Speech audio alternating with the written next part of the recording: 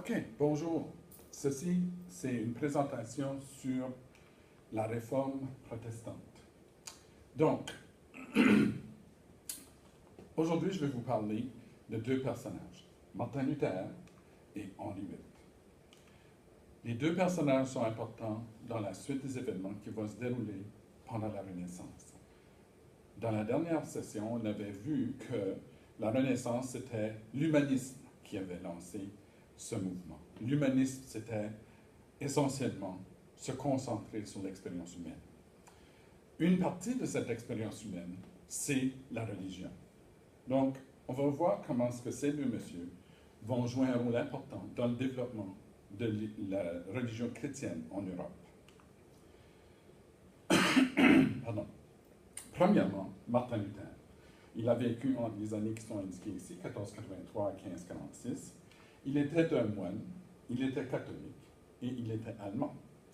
Maintenant, un moine, c'est un religieux qui étudie la Bible et les doctrines de l'Église catholique et il est censé de passer sa vie dans une mission chrétienne, dans leur cas, et il est censé agir selon les principes de l'Église catholique.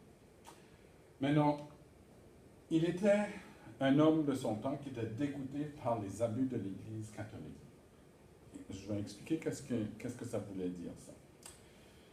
Dans son temps, Martin Luther avait vécu dans une période où l'Église catholique était déjà l'Église dominante de l'Europe de l'Ouest, c'est-à-dire l'Italie, l'Allemagne, la France, l'Espagne, l'Angleterre, le Portugal également.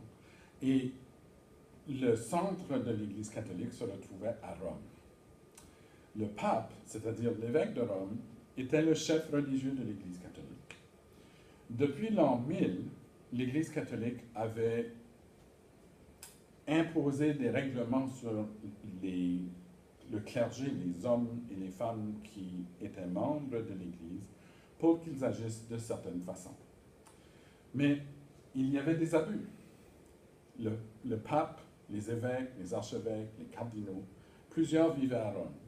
Plusieurs vivaient à Rome dans l'opulence, c'est-à-dire ils profitaient de l'occasion de vivre à Rome pour vivre une vie confortable, luxueuse, riche, avec beaucoup de boissons et aussi des femmes dans leur vie.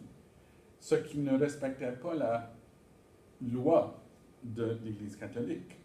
Il y avait des prêtres ou des évêques ou des archevêques, ou plus haut, qui avaient des concubines, c'est-à-dire des maîtresses, des femmes dans leur vie, et même, dans certains cas, des enfants. Et ils vivaient dans la luxure, dans le confort le plus complet.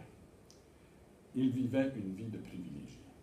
Donc ceci, ça causait énormément de problèmes pour des gens comme Martin Luther, parce que l'Église catholique était censée être beaucoup mieux que ça, à ses yeux. Il trouvait que c'était une vie qui ne respectait pas ce que l'Église devait faire. Donc, il va étudier la Bible, comme tout bon moine, tout bon prêtre devait faire. Il va regarder ce que la Bible dit. Il est un catholique à l'origine. Et il ne voit aucune justification pour les abus qu'il voyait à Rome. Donc, il exige des réformes. Il veut des changements. Les réformes, ça veut dire qu'il veut ramener les choses. Le mot réforme veut dire changer les choses. Donc, il veut ramener les choses à ce que c'était avant. Maintenant, l'événement qui va être la goutte qui déborde le vase, c'est les indulgences. Maintenant, je vais expliquer ce que sont les indulgences. Les indulgences étaient essentiellement un billet. Un billet où on écrivait une petite note qui permettait à l'acheteur, à celui qui achetait ce billet, de se faire excuser de mauvaises actions. Donc, c'est une sorte de confession, une sorte de billet gratuit pour le paradis.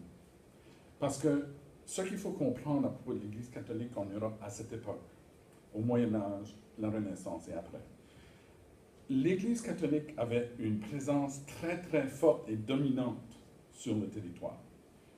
90% des gens qui vivaient en Europe à cette époque, au Moyen Âge, la Renaissance et après, l'Église catholique avait une présence très, très forte et dominante sur le territoire. 90% des gens qui vivaient en Europe à cette époque, au Moyen Âge, la Renaissance et après, l'Église catholique avait une présence très, très forte et dominante sur le territoire. depuis la chute de l'Empire romain, vers l'an 500, l'Église catholique contrôlait la vie publique, la vie scolaire, pour ceux qui recevaient une éducation, et la vie sociale et religieuse. Donc, c'était très important comme institution. Les indulgences vont être créées pendant les croisades. Les croisades avaient commencé en 1095. Puis c'était parce qu'on voulait reprendre Jérusalem. Jérusalem avait été pris par les Turcs, et les Turcs rendaient le pèlerinage, les voyages religieux vers Jérusalem plus compliqués pour les catholiques et les chrétiens. Donc le pape, en 1095, avait demandé aux catholiques de se diriger vers Jérusalem pour ramener, je me sens entre guillemets, Jérusalem sous le contrôle des chrétiens. Mais les catholiques ou les chrétiens qui partaient pour Jérusalem avaient peur qu'ils ne pouvaient pas recevoir ce qu'on appelle les derniers rites. Si on est catholique à cette époque, comme aujourd'hui, les catholiques croient, pour ceux qui sont très croyants, qu'il y a des sacrements que tu dois faire dans ta vie. Le baptême, la communion, la confirmation, le mariage, les funérailles sont 5 exemples. Il y en a 2 autres que j'oublie pour l'instant, mais ce n'est pas important. Ce qui est plus important, c'est la confession et les dernières prières à la fin de ta vie qu'on appelle les derniers rites aux funérailles, juste avant les funérailles.